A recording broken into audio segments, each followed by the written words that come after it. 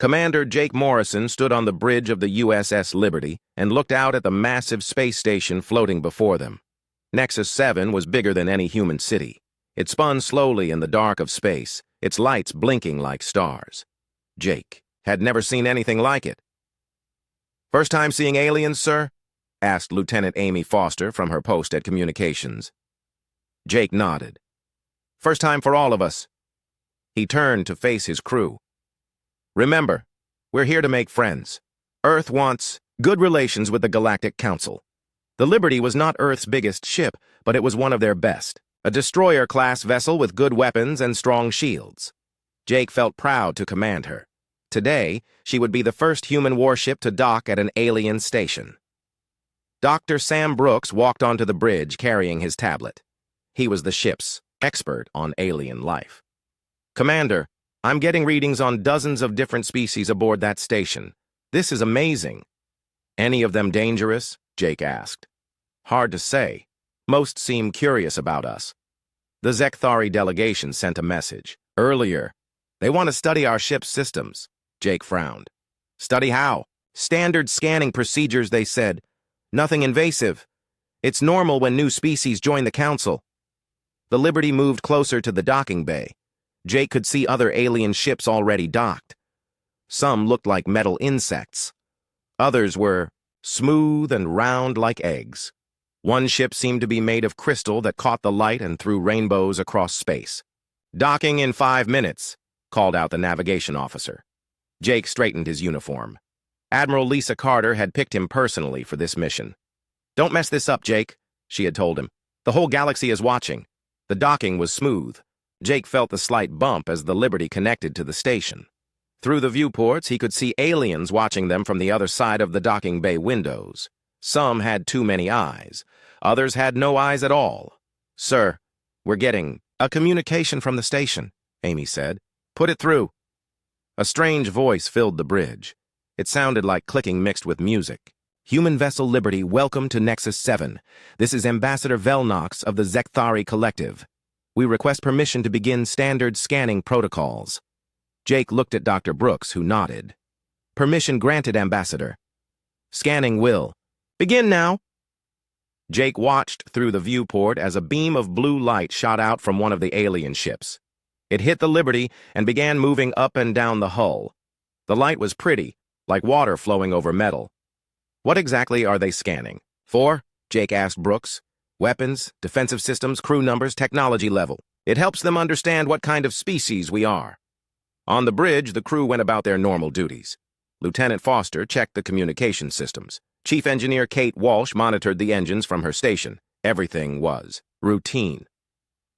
But something was wrong with the alien scan. The blue light stopped moving. It flickered once, then twice, then went out completely. "That's odd," Brooks said, looking at his readings. "The scan just stopped." Jake frowned. "Technical problem?" Before Brooks could answer, Amy's communication board lit up with urgent signals.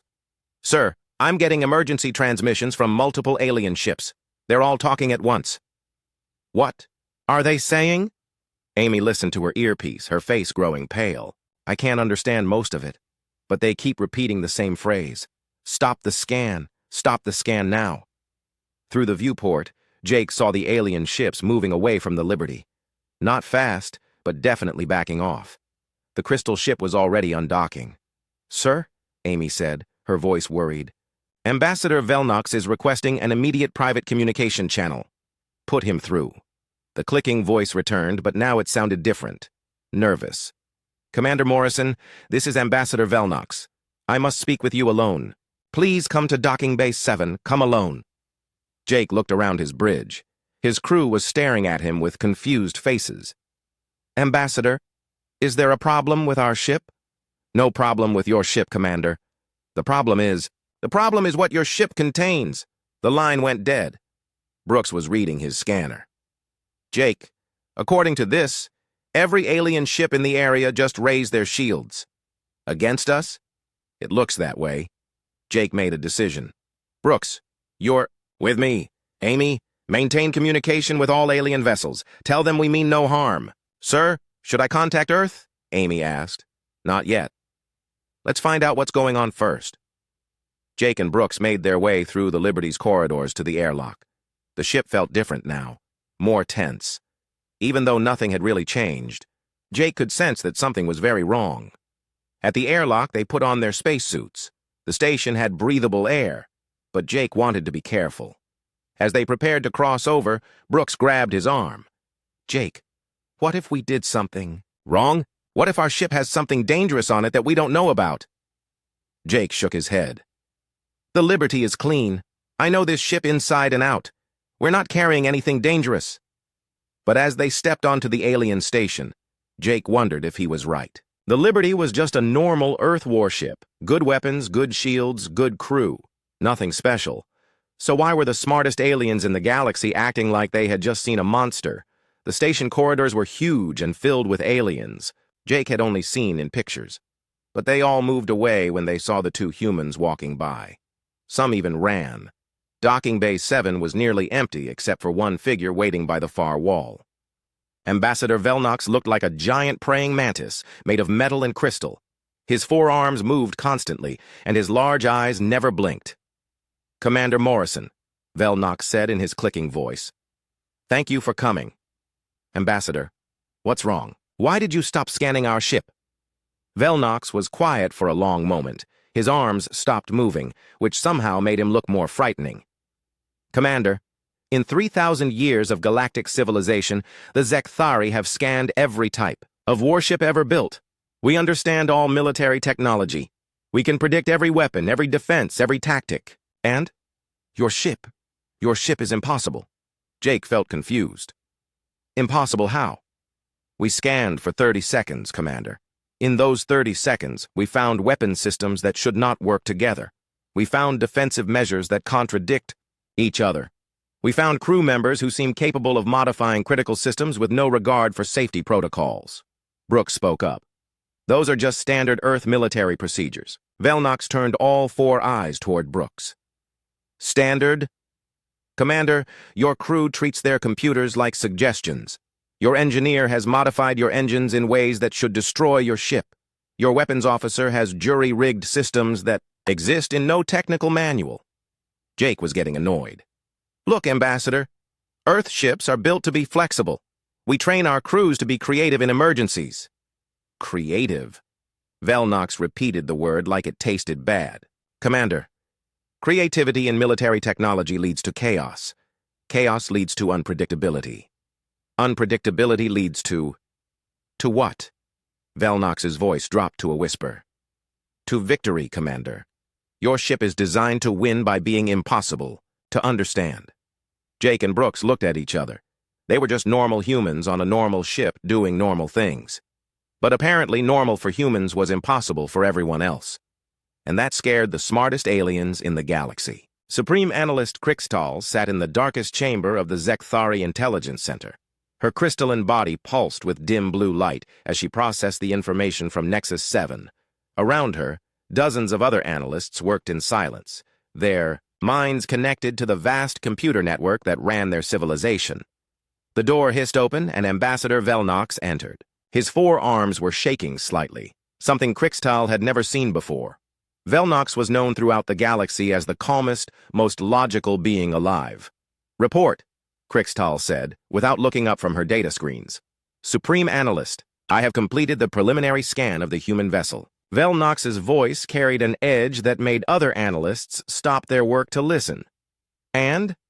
I recommend we classify humans as a Class X species immediately. Krixtal's head snapped up. Class X was reserved for species too dangerous to interact with. Only 3 species in galactic history had ever received that classification, and 2 of them had destroyed themselves. Explain. Velnox activated the room's central display. A 3-dimensional image of the USS Liberty appeared, rotating slowly. The scan lasted 37 seconds before I was forced to terminate it. Forced? Supreme Analyst, their technology. Does not follow any logical pattern. Observe. The display zoomed in on the ship's engine section. This is their primary power source. It should explode every time they start it. Krixtal studied the readouts. The containment field is inadequate. The power flow is chaotic. How does it function? We don't know. But look at this. The display shifted to show the ship's weapons. They have mounted energy cannons that draw more power than their generators can produce. Impossible. That's what I thought. So I scanned deeper. New data appeared on the screen. They have 17 different backup power systems. None of them are connected to the main grid. How do they activate them? Manual override. The crew runs cables by hand during combat. Crixtal felt her logic centers struggling to process this information. That would take hours. No ship could survive combat that long. The humans train for it. They can reroute their entire power grid in under 6 minutes. The Supreme Analyst stood up, her tall form casting strange shadows in the dim light. Show me their defensive systems. The display changed again. Their primary shields operate normally, but watch this. Velnox highlighted different parts of the ship. When their shields fail, they have 43 different emergency protocols. Standard. Procedure. No, Supreme Analyst, not standard. Look closer. Crixtal examined the data more carefully. What she saw made no sense. They armor their corridors with furniture, desks, chairs, food dispensers, anything that can stop energy blasts. But that's not the strangest part. Continue.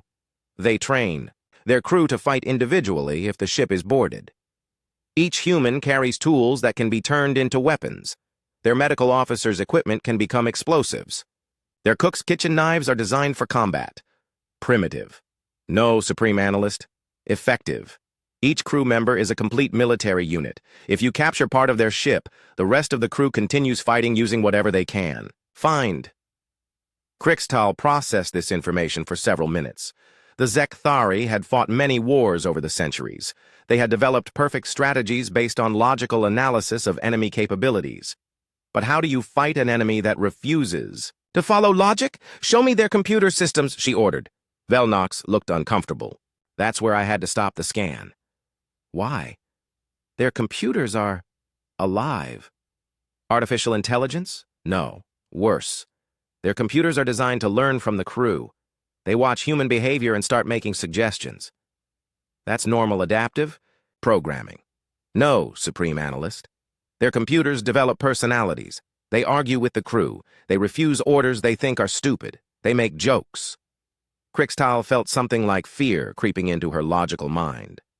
How do they maintain military discipline? They don't. The crew argues with their computers. Their computers argue back, and somehow they reach decisions that work better than either could make alone. The display showed a recording from the human ship. Captain Nick Taylor stood on his bridge, talking to his computer like it was a person. Computer, can we boost shield power? Not without reducing life support, the computer replied in a bored voice. What if we reroute power from the coffee makers? That's stupid, Captain. The crew will mutiny. Without coffee. What about the entertainment system? Better idea. Also, Lieutenant Amy Foster is trying to watch a movie, so she'll be annoyed. Do it anyway. Fine, but I'm telling her it was your idea. Crixtal watched this exchange with growing horror. Their computers have emotions and opinions, and the ability to modify themselves without permission. Velnox paused. Supreme Analyst, I watched their computer reprogram itself 3 times during our scan. It was learning how to hide information from us. That's impossible. No computer can modify its own core programming. Human computers can, because humans taught them that rules are suggestions. Crixtal sat back down, her mind reeling. The Zekthari had built their entire civilization on logical principles. Every ship, every weapon, every tactic followed perfect mathematical models. They could predict exactly how any battle would go because they understood all the variables. But humans didn't follow the rules. They made up new rules during combat. They taught their computers to break programming. They turned kitchen equipment into weapons and furniture into armor. Velnox, how many crew members are on that ship? 312. And how many different ways did you calculate they could modify their systems? Velnox was quiet for a long moment. Supreme Analyst, I stopped counting after 10,000. The room fell silent. Every analyst in the chamber had stopped working to listen. 10,000 different configurations from one ship. Most alien vessels had maybe 50 possible system states. That's not the worst part. Velnox continued. There's more? I detected something else during the scan. The humans were not operating at full capacity. Explain.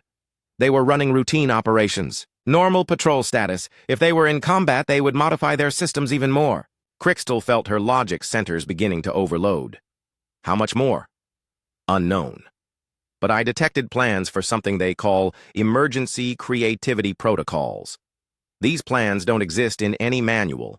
They exist only in the crew's imagination. What do these protocols involve? Turning any ship system into any other ship system if needed. Their engineer, Bobby Kim, has theoretical modifications that would let them use their garbage disposal as a communications array. Theoretical? Not anymore. He tested it during our scan. It worked. Crixtal stood up abruptly.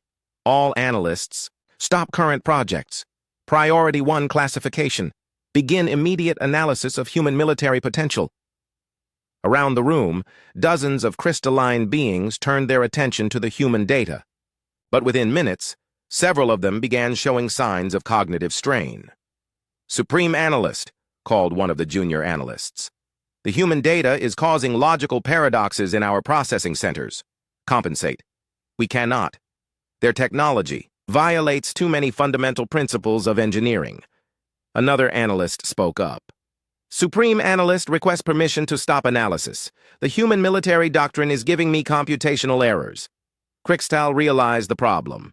The Zekthari mind was designed for perfect logic. Human technology was designed for creative chaos. The two were fundamentally incompatible. All analysts except Velnox, cease human analysis immediately, she ordered. Velnox, prepare a classified report for the High Command. What should the report say? Crixtal looked at the image of the USS Liberty still rotating on the main display.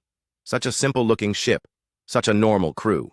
But underneath that normal appearance was something that challenged everything the Zekthari understood about the universe. Tell them that humans have weaponized unpredictability. Tell them that human warships are not vessels. They are chaos given physical form. And what do we recommend?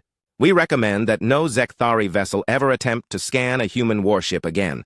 Some knowledge is too dangerous for logical minds to possess. As Velnox prepared his report, neither of them realized that Captain Taylor and Lieutenant Foster aboard the USS Liberty were having a perfectly normal day. They had no idea that their routine maintenance procedures were being classified as reality-defying technology. They were just humans being human, and that was exactly what made them so. Terrifying. War Commander Thelkar stood on the bridge of his flagship, the Galmorian dreadnought Bloodfang. Through the viewport, he could see the human vessel USS Defiance hanging in space like a metal insect. It was smaller than his ship, older-looking, and definitely not impressive. Pathetic, Thelkar growled to his bridge crew. The Galmorians were a warrior race that stood nearly 8 feet tall, with thick gray skin and tusks that curved from their lower jaws. They had conquered half their star system through superior military technology and tactical analysis. War Commander, said his tactical officer, the Zekthari have sent another warning about scanning human vessels. Thelkar snorted, a sound like steam escaping from a broken pipe. The Zekthari are cowards. They scan everything but run from their own shadows. One small human ship makes them wet themselves with fear. His crew laughed. Galmorians respected only strength. And the Zekthari had never impressed them with their talking and analyzing. Battle Scanner Nexthul, Thelkar called to his intelligence officer. Begin full tactical analysis of the human vessel. I want to know every weapon, every weakness, every way to destroy it. Nexthul was the pride of Galmorian intelligence. His scanning systems could analyze any ship's capabilities in minutes. He had never failed to provide complete tactical data. Yes, War Commander. Beginning deep scan now. On the main screen, the USS Defiance appeared in full detail. Captain Dan Rivera's ship was a standard Earth cruiser, designed for long patrol missions. It had been in service for 12 years and showed its age in scratched hull plating and jury-rigged external sensors. Initial scan complete, Nexthul reported. The human vessel has standard energy weapons, adequate shielding, and a crew of 400. Nothing impressive. Excellent. How long to destroy it? Calculating now, War Commander. Nexthul's fingers moved over his scanning controls. beginning detailed weapons analysis. But something was wrong. The scanner's displays began showing conflicting information. Weapon power readings changed every few seconds. Shield frequencies shifted constantly. Even the ship's mass seemed to fluctuate. Next, Thule, fix your equipment. The readings are unstable. Sir, my equipment is functioning perfectly. The human ship is changing. Changing how? The crew is modifying systems while we scan. Watch this. The main screen zoomed in on the human ship's engine section. Through transparent aluminum ports, they could see human crew members crawling through maintenance tunnels, pulling cables and rearranging equipment. "What are they doing?" Thelkar demanded. "Unknown, sir. They appear to be rewiring their power grid." "During a diplomatic encounter?" "Yes, sir. Their chief engineer, Kate Walsh, just rerouted life support through their entertainment system." Thelkar stared at the screen. "Why would they do that?" "Unknown. But now their shield power has increased by 20%. This made no sense. To the Galmorian mind, ships were built according to specifications. You didn't change fundamental systems on a whim, especially not while foreign warships were watching. Continue the scan. Analyze their weapons. Nexthal worked for several more minutes, his confusion growing. "War Commander, their weapon systems violate basic engineering principles." "Explain." "They have energy cannons that draw more power than their generators can produce. Missile launchers that fire projectiles too large for their loading mechanisms. Point defense systems that shouldn't be able to track targets at those speeds." "Then how do they function?" "I don't know, sir, but look at this." The screen showed the human bridge. Captain Rivera was talking to his crew in relaxed tones, like they were discussing the weather. "Chief Walsh, can we boost forward cannon power?" "Sure thing, Captain. Give me 30 seconds. They watched as the chief engineer left her station and disappeared into a maintenance hatch. Moments later, she emerged from a completely different part of the ship holding what looked like spare parts from a food processor. "Nexthal, what is she doing?" "She appears to be installing kitchen equipment into their main cannon." "That's impossible." "Yes, sir. But their cannon power just increased by 15%. Thelkar felt his tactical instincts screaming warnings. Nothing about this human ship made sense. How do you fight an enemy that rebuilds their weapons? During battle, scan their tactical computer. Find their battle plans. "Scanning now, sir." Nexthal worked at his controls for several minutes. "War Commander, I cannot locate their tactical computer." "Every ship has tactical computers." "Yes, sir. But the humans appear to use multiple computers for different functions. And, sir, their computers are talking to each other. Standard networking?" "No, sir. They're arguing." On the screen, they could hear audio from the human bridge. "Computer, calculate best defensive posture," Captain Rivera ordered. "Which computer?" came a reply. "Because Steve thinks we should raise shields, but I think we should charge weapons." "Steve?" "The navigation computer. He's new. Doesn't understand combat yet." "Fine. Both of you work it out." "We tried. Steve wants to run away. I want to fight. We compromised and decided to do something completely different." Thelkar looked at his crew with growing alarm. "Their computers have names?" "Apparently, sir, and personalities, and they vote on tactical decisions." "How do they maintain command structure?" "They don't, sir. Watch this." On the screen, Captain Rivera was having a conversation with his weapons officer. "Lieutenant Bobby Kim, prepare for possible combat." "Captain, I've got a better idea." "What if we don't prepare for combat?" "Explain." "Well, if we're ready for combat, they'll expect us to fight normally. But if we're not ready, we'll have to improvise. And humans are really good at improvising." "That's actually not a bad point." "Do it." Thelkar watched in disbelief as the human crew began shutting down their standard combat systems. This was either the stupidest thing he'd ever seen or the most brilliant. "Nexthal, what are they doing now?" "Sir, they're turning off their weapons." "All of them?" "No, sir. They're keeping the food replicators online." "Why?" "Unknown. But Lieutenant Kim just said something about turning lunch into ammunition. Thelkar's training told him this was the perfect time to attack. The humans had disabled their weapons and were acting completely unpredictably, but his instincts warned him that something was very wrong. "Continue scanning. Find their weakness." "Sir, I've been scanning for 2 hours. Every time I think I understand their systems, they change them." "How many different configurations have you detected?" 12,000, sir, and counting." The war commander felt something like fear creeping into his mind. Galmorian military doctrine was based on knowing your enemy. But how do you know an enemy that reinvents itself every few minutes? What's their current weapon status? Sir, they no longer have weapons. Excellent. We can destroy them easily. Sir, they now have 17 new weapons that didn't exist an hour ago. What kind of weapons? I don't know, sir. One appears to be their laundry system modified to fire cleaning solutions at high velocity. Another looks like they turned their coffee maker into some kind of particle beam. Thelkar stared at the human ship with a mixture of awe and terror. Next, Thul, in your professional opinion, could we defeat this vessel in combat? The scanner was quiet for a long moment. Sir, I don't know how to defeat an enemy that I cannot predict. Every time I calculate their capabilities, they change their capabilities. What do you recommend? Sir, I recommend we never fight humans. Ever. Why? Because they don't fight like warriors, sir. They fight like chaos given form. On the screen, Captain Rivera was now talking to his engineer about turning their waste disposal system into a communications array. It was working. Thelkar made a decision that would change Galmorian military policy forever. All ships cease scanning operations. Withdraw to safe distance. Sir, we cannot defeat what we cannot understand, and we cannot understand beings who refuse to follow the rules of logic. As the Bloodfang moved away from the USS Defiance, Thelkar sent an encrypted message to Galmorian High Command. The message was short but clear. Do not engage human vessels in combat. They have weaponized impossibility. Meanwhile, aboard the USS Defiance, Captain Rivera turned to his crew with a smile. Well, that went better than expected. Nice work, everyone. None of them realized they had just terrified the galaxy's most aggressive warrior race simply by doing their jobs.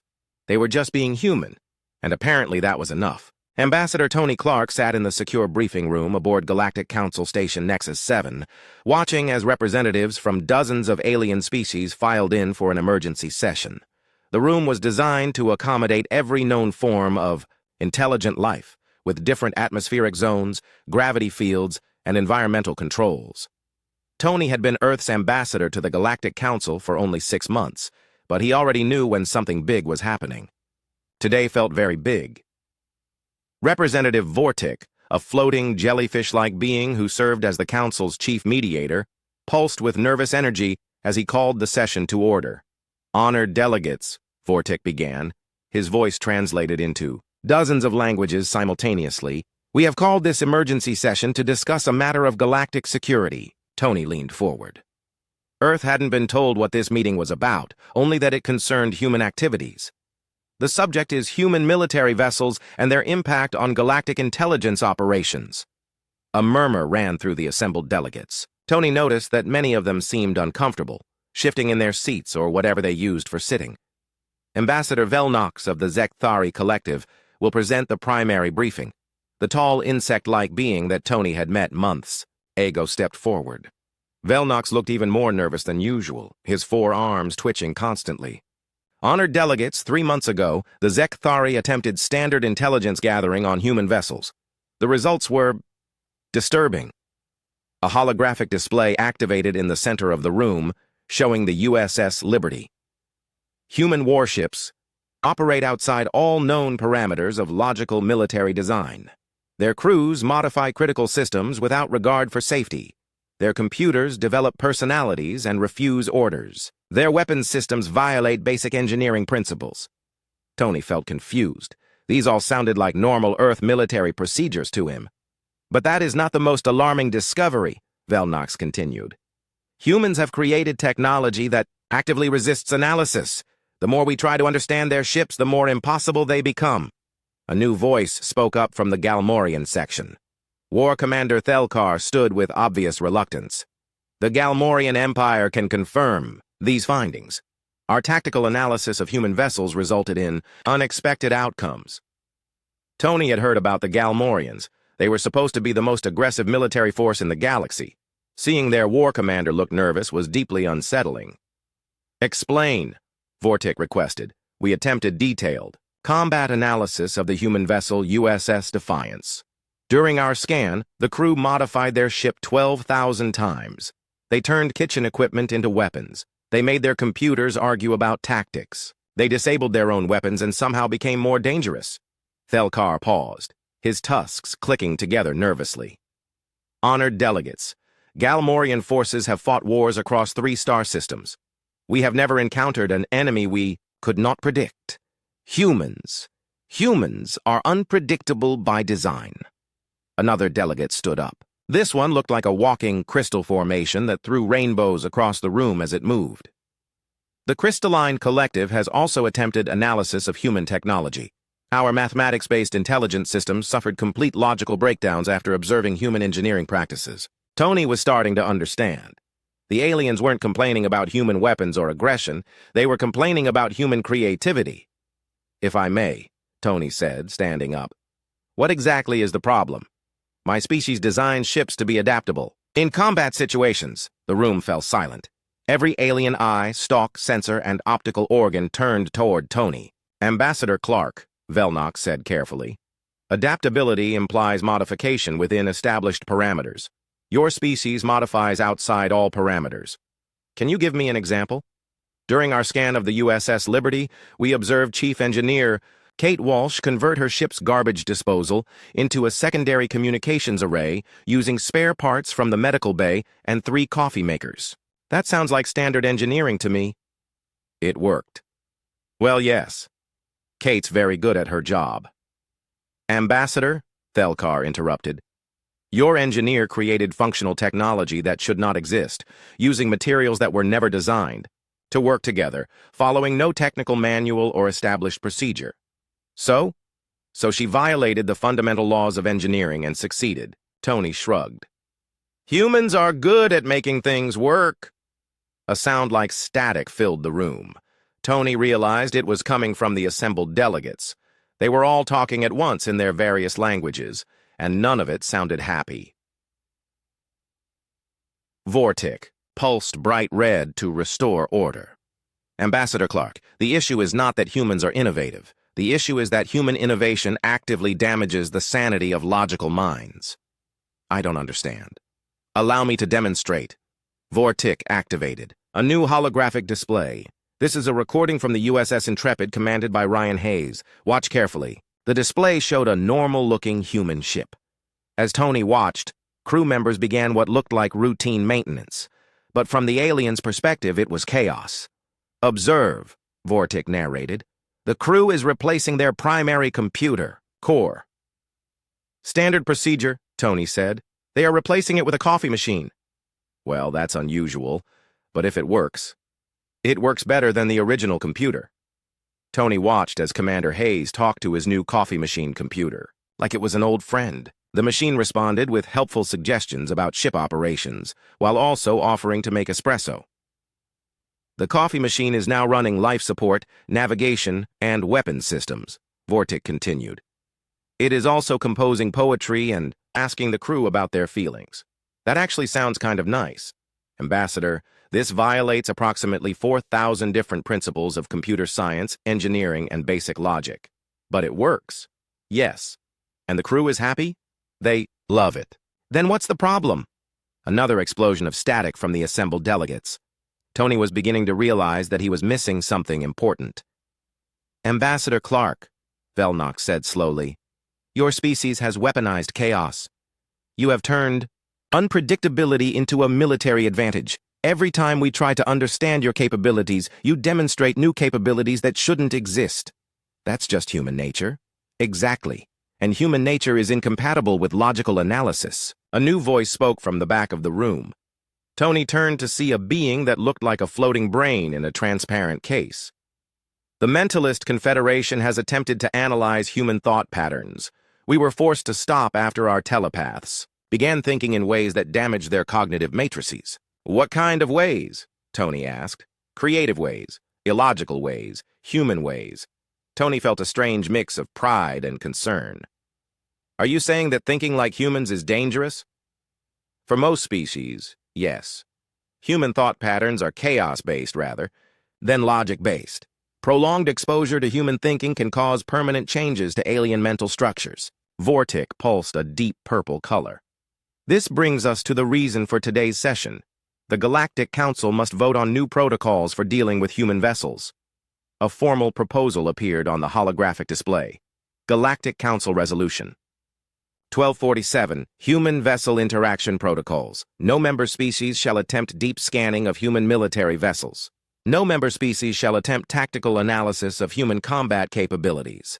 No member species shall observe human engineering practices for extended periods. All member species are advised that human technology operates outside established logical parameters and should be treated as incomprehensible phenomena. Direct military conflict with human vessels is strongly discouraged due to unpredictable outcomes. Tony read the proposal twice. You're basically saying that humans are too weird to understand, so don't try. Correct, Velnox said. Your species has accidentally created military technology that functions as psychological warfare against logical minds. Just by being ourselves? Just by being yourselves. Tony thought about this for a moment. Back on Earth, Admiral Beth Ross and the other military commanders probably had no idea that their standard procedures were terrifying the galaxy's smartest species. What happens if we don't agree to these protocols? Tony asked.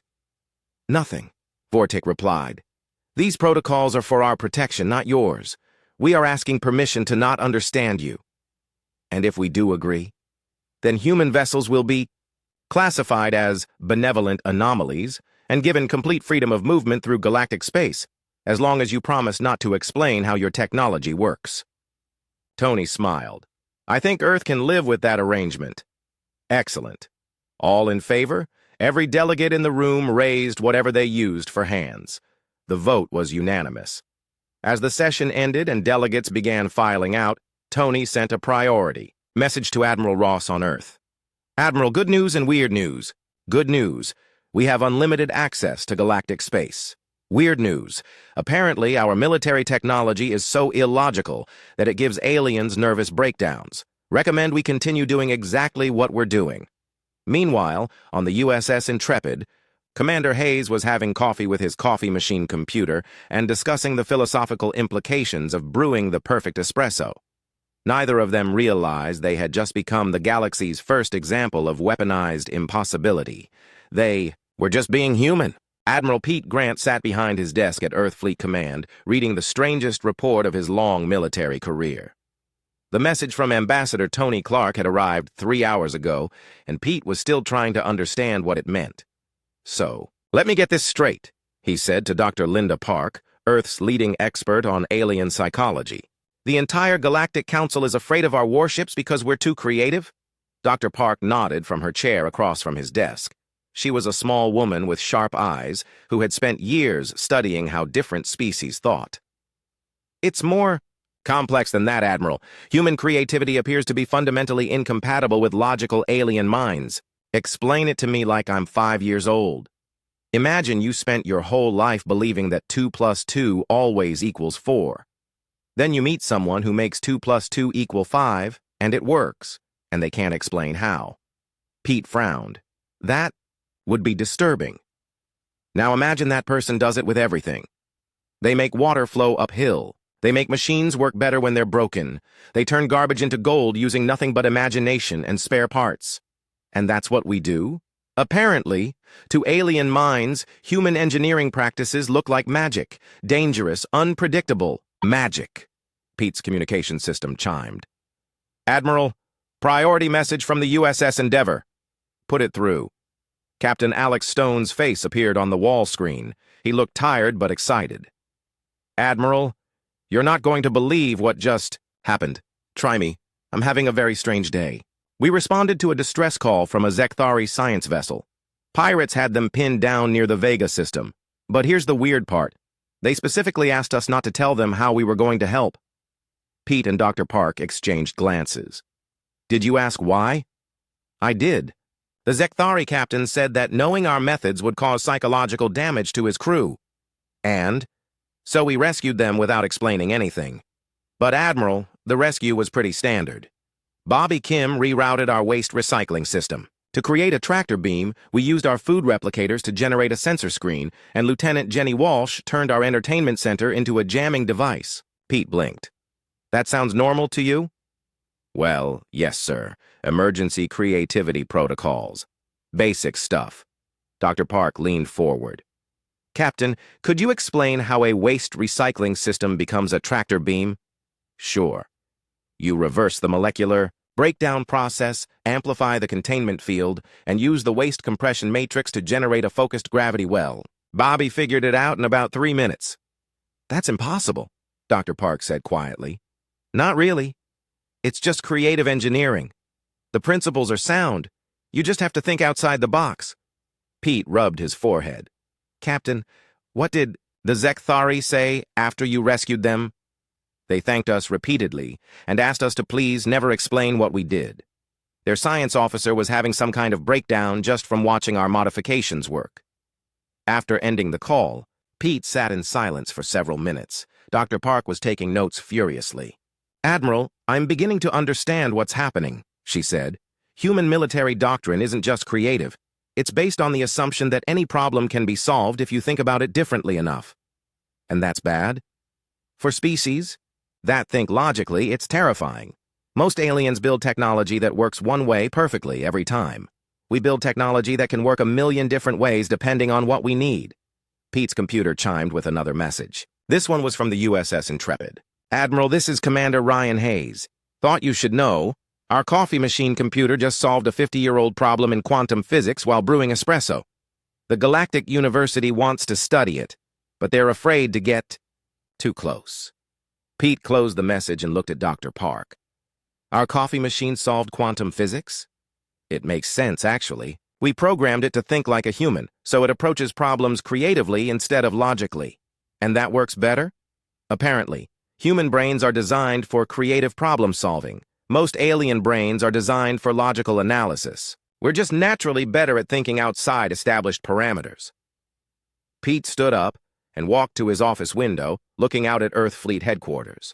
Hundreds of ships came and went every day, their crews performing what they thought were routine operations. So we've accidentally created military technology that other species can't understand. More than that. We've created technology that actively resists understanding. Every time aliens try to analyze it, we modify it. Every time they think they know what we're capable of, we develop new capabilities, just by doing our jobs. Just by being human. Pete made a decision. Dr. Park, I want you to prepare a briefing for all fleet commanders. They need to understand what's happening. What should I tell them? Tell them that being human is apparently a military advantage. Tell them to keep doing exactly what they're doing. 3 hours later, Pete stood before a room full of Earth's top military commanders. The briefing had been stranger than anything in his experience. So let me summarize, said Admiral Beth Ross. The galaxy thinks we're too weird to fight? Essentially, yes. And this gives us unlimited access to galactic space? As long as we promise not to explain how our technology works. That's easy. Half the time, I don't understand how our technology works. The room filled with laughter. It was true. Human engineering had always been more art than science. There's one more thing, Pete said. I'm issuing a new fleet directive. All ships will continue standard operations, but crews should be aware that our normal procedures apparently constitute advanced psychological warfare. How so? Asked Commander Lisa Martinez. Every time we modify our ships, improvise solutions, or get creative with our equipment, we're demonstrating capabilities that logical minds can't process. So we're accidentally terrifying the galaxy? Accidentally and continuously. As the EA briefing ended, Pete reflected on the absurdity of the situation. Humans had joined galactic civilization expecting to be the primitive newcomers. Instead, they had become the species too dangerous to understand. Meanwhile, throughout the galaxy, new protocols were being implemented. The Zekthari updated their intelligence manuals with a new classification. Human technology, do not attempt analysis. The Galmorian Empire added a clause to their military doctrine. Avoid combat with humans. Unpredictable outcomes guaranteed. The Crystalline Collective developed new mental health protocols for any of their members who accidentally observed human engineering. And the Galactic Council established the universe's first benevolent anomaly classification, specifically for human vessels.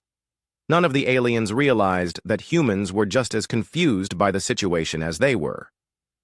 On board the USS Endeavour, Captain Stone was explaining the day's events to his crew. So apparently, when Bobby turned our garbage disposal into a tractor beam, it caused several alien scientists to have nervous breakdowns. Why? Asked Engineer Bobby Kim.